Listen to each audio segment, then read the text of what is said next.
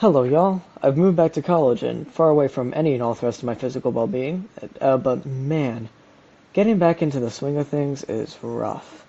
I've been really tired, like all the time, and despite how early into the semester we are, the workload's already starting to get a bit out of hand. But at least I still have this channel and Mario Kart to help me keep my sanity. Alright, what video am I working on today? Oh, come on. Fun fact. I don't like Mario Kart 7 very much. Most of it comes down to the very unsatisfying control, the somewhat mediocre nitro track selection, and the lack of a versus mode specifically, and also no Waluigi. That sucks too.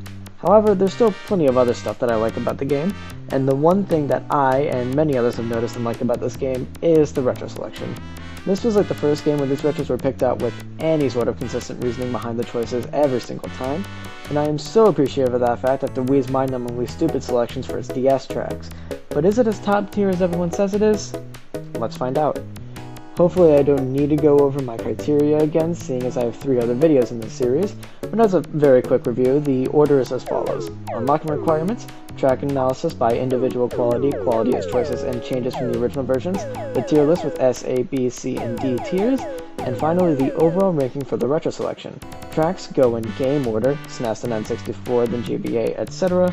And thanks to a Google form I put out on several platforms, I have anonymous opinions for some of these tracks. And with all that out of the way, let's get started. The unlocking method is fortunately very normal, but it is different from the previous 2 games very slightly. Instead of starting with both the shell and banana cups unlocked, you have only the shell cup unlocked at the start, and then beating it unlocks the banana cup, and then beating that unlocks the leaf cup, and beating that unlocks the lightning cup. Of course, you have to do that for every engine class, and you can unlock mirror mode after finishing 150cc. It's a very functional unlocking method, but I think I slightly prefer having more tracks unlocked at the start. Yet again, it is better than Super Circuit's unlocking method. And now, we can talk about the SNES tracks. Our first SNES track is Mario Circuit 2, widely considered one of, if not the best track from Super Mario Kart. And yeah, it is. Having the only big jump in the entire game does that. But this game managed to up the ante even more with one of the 2 big new features introduced, gliding. It's a perfect addition to this track, and the bouncy yellow thing along the side after the glider makes for a great shortcut opportunity. And this is on top of the other giant shortcut on this track because of the off-road. I still don't think it's that good because it's still pretty generic theming wise, but it is still a very solid B tier, which is a very respectable placement as far as both SNES tracks and Mario Circuit tracks go. Next up is our first Rainbow Road of the series, again, and that is the SNES variant of the track. It's still entirely flat as compared to Mario Circuit 2, which has some elevation to it, but with how iconic this track specifically is in its relation to the game it's from, I'm perfectly okay with that. The added ramps and the addition of the wavy road underneath the Super Thwomps, which, as I've learned since the Super Circuit video or what the rainbow-colored Thwomps are called, are great changes, although I'm not the biggest fan of the road itself. I don't like the pink replacing the red, nor do I like the double blues. Otherwise, this is a very nice modernization of an already solid track, and I'm going to give it an A tier ranking instead of the B tier ranking got in part 0 of the series. However, we also have our first anonymous review of a track, and this person says, I can't time the tricks on those bumps for the life of me, so the track sucks. I don't think that's a great reason to dislike a track, but yeah, I'm not very good at using the wavy road to my advantage either, and I completely sympathize. We've now reached the N64 tracks, and first up is Luigi Raceway, the first track of the entire retro selection. And yep, it's the first track of the retro selection. It's really basic both layout and theming wise, but I don't hate myself for driving on it. The ability to drive on the bleachers is kinda neat, and the blue shell hot air balloon is a somewhat neat feature returning from the original, but they really didn't do anything super crazy with this track, which really sucks because it just falters in comparison to the rest of the selection. I think a solid C tier is the perfect ranking for it. Next up is N64 Koopa Beach. It was called Koopa Troopa Beach in Mario Kart 64, but now it's just Koopa Beach. I have no idea why, especially because in Britain it's still Koopa Troopa Beach and we already have 2 SNES tracks called Koopa Beach. Whatever, this track is still great. I am a big fan of beach tracks, and this is probably the best executed of the traditional beach tracks. It has a couple shortcuts from ramps that have been made even better with the addition of glider ramps, and the addition of underwater driving has breathed a ton of new life into the track. I also really like the updated visuals to this track, especially with the Koopa Troopa shaped rock. It's an A tier for me, although a low one at that. I just really like this track. And so does our anonymous source, who says, this track is the definition of relaxing. I love the many shortcuts in this track, including that satisfying waterfall shortcut. If only we could have seen Sunshine Airport in the background. And maybe if we get this game in a future entry, we'll be able to see Sunshine Airport, who knows. Next up is our final N64 Mushroom Cup track, which is Calamari Desert. I don't really know why they picked 3 tracks from the exact same cup for one retro selection, especially with a Mushroom Cup. But whatever. I'm not the biggest fan of how this track works in both its original iteration and in this game. The terrain isn't really a great hazard, and without it the track is pretty much just an oval. The added gliders make it slightly better, but this track doesn't really work that well in this game. It doesn't make me super mad in either 64 or this game, and the oranges look very nice, so I'm only going to rank it C tier instead of D tier, but this isn't a great example of a desert track in my opinion. And now we have our one and only GBA track, and that is Bowser Castle 1. And man, it really sucks that every other game got mostly fan favorite tracks, and this game got this one really mediocre track.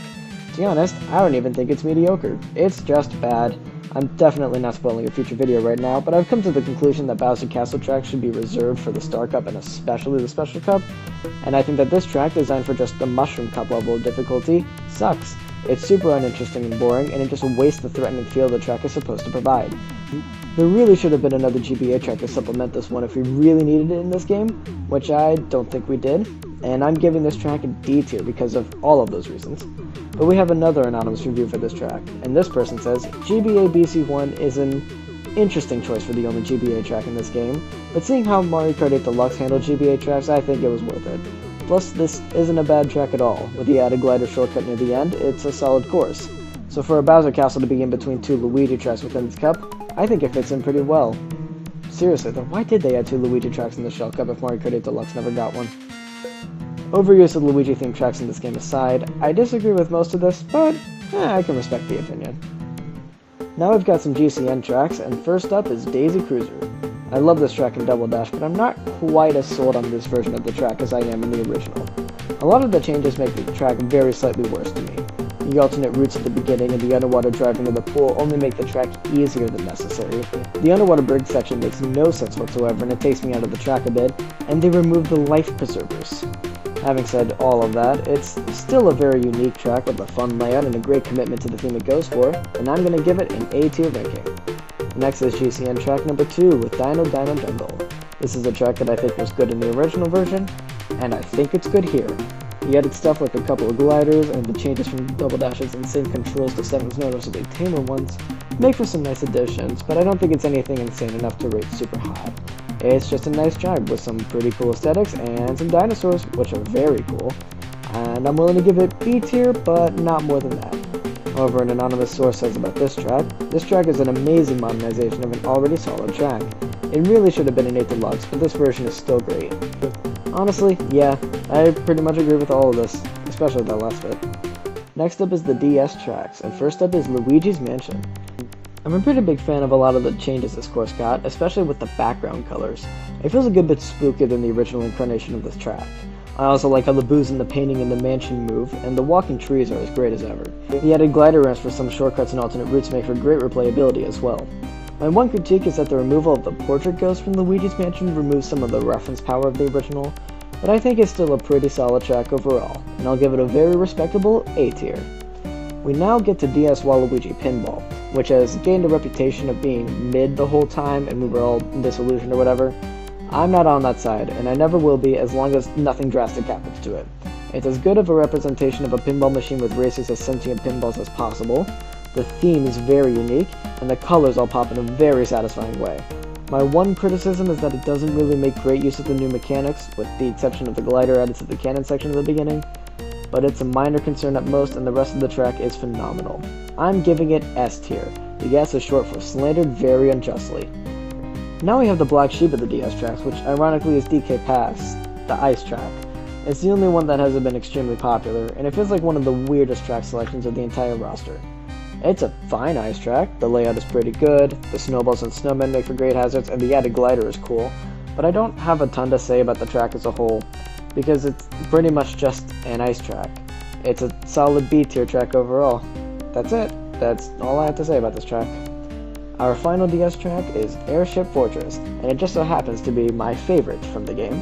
The layout and hazards are top-notch and varied, the aesthetic is great in both parts of the track, and that skybox and that music track are just immaculate.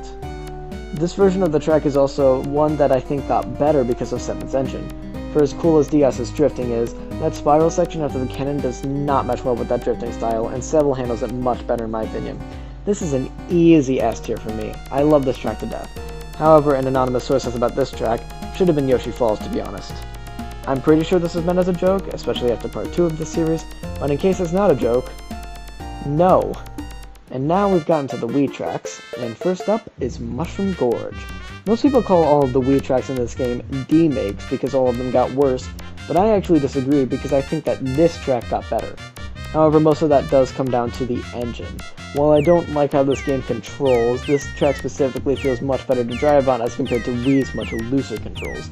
The other changes, like the addition of a glider mushroom at the end of the track and the removal of a shortcut at the very beginning of the track, kinda suck, but I don't think they're major enough changes to really offset the fact that this track actually works now. I'm willing to give this track a low A tier instead of the B tier it was on the Wii. This is the game where this track started reaching its potential, but I don't think it reached in 2009. Next up is our first actual Wii D-make, that being Coconut Mall. Most of the changes are mildly worse or neutral. The decoloration and lack of posters and characters on the sides of the track made me think this game managed to predict how malls actually look 10 years after the game's release, and the lack of a third car sucks as well. But some other changes, like additional trick opportunities and a couple of added gliders, are whatever. I don't think the track was completely ruined in the slightest, but I do think this version of the track is noticeably worse than the original, which leads me to think that it is only A tier instead of the S tier it was back on the Wii. We have another anonymous review for this track, and this person says, I always thought it was kind of funny that the version of the song used in this game made the piano extremely echoey and boosted the bass by a lot. Makes it sound like it's coming out of an actual mall speaker. I generally don't factor in music changes because most Mario Kart music tracks are great in every game they're in, but that's honestly a pretty good point. Now we have Maple Treeway, and it's the other Wii remake, and not a Wii D-make. Another legendarily fantastic track like Coconut Mall, this one managed to survive its transition to the 3DS much better than its compatriot. All of the changes, like the removal of the half-pipe and rope bridge at the end, are extremely minor, and it still manages to have a fantastic layout, a fantastic theme, and a fantastic visual style, with some good hazards in the giant wigglers as well. It's also the perfect finale for the Leaf Cup as well, for obvious reasons, and I'm going to give it S tier because of all of those reasons.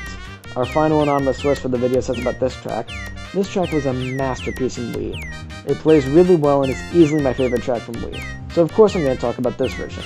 It's even better. It plays slightly worse due to no bikes being in 7, but could you play as him in Wii? Wiggler. Wiggler is the answer to all of your problems. I love him. Maple Treeway is the GOAT. Yeah! You know what? That is another great reason to put the track in S tier. And last, but not least, maybe, we have the other Wii D-make with Koopa Cape. This is already a track that I'm not quite as in love with as everyone else. I think the original version of this track is only like A tier instead of S tier. And this version of the track only takes the track and makes it worse in my eyes. The biggest loss of this track is definitely the underwater section, which I consider to be vastly inferior to its current section version on the Wii.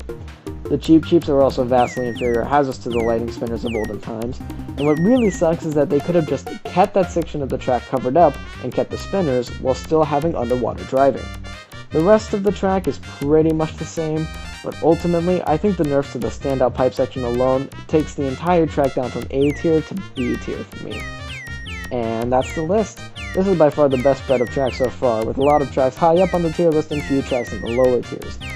I think I'm willing to give the overall selection for this game an 8 out of 10. I know it would be really funny to give it a 7 out of 10, but this selection is really consistent in its quality, especially with its choices. However, there are a few tracks that did get a significant downgrade and an occasional poor choice in the mix, but I think most of them work well enough to not hurt the ranking too much. Well, that's it for this video. The next part of this series is going to be covering all of Mario Kart 8 Deluxe, meaning I have 65 tracks to talk about. I have decided right now that I'm not talking about the city tracks. I'm cutting it down to 51. The form for that video is in this video's description and linked comment, and I'll just say that it's a bit different than the rest of the forms for this series, but that won't be next month's video. No, that'll be about... No, how did they follow me here? How is that even possible? I gotta get out of here, I gotta go.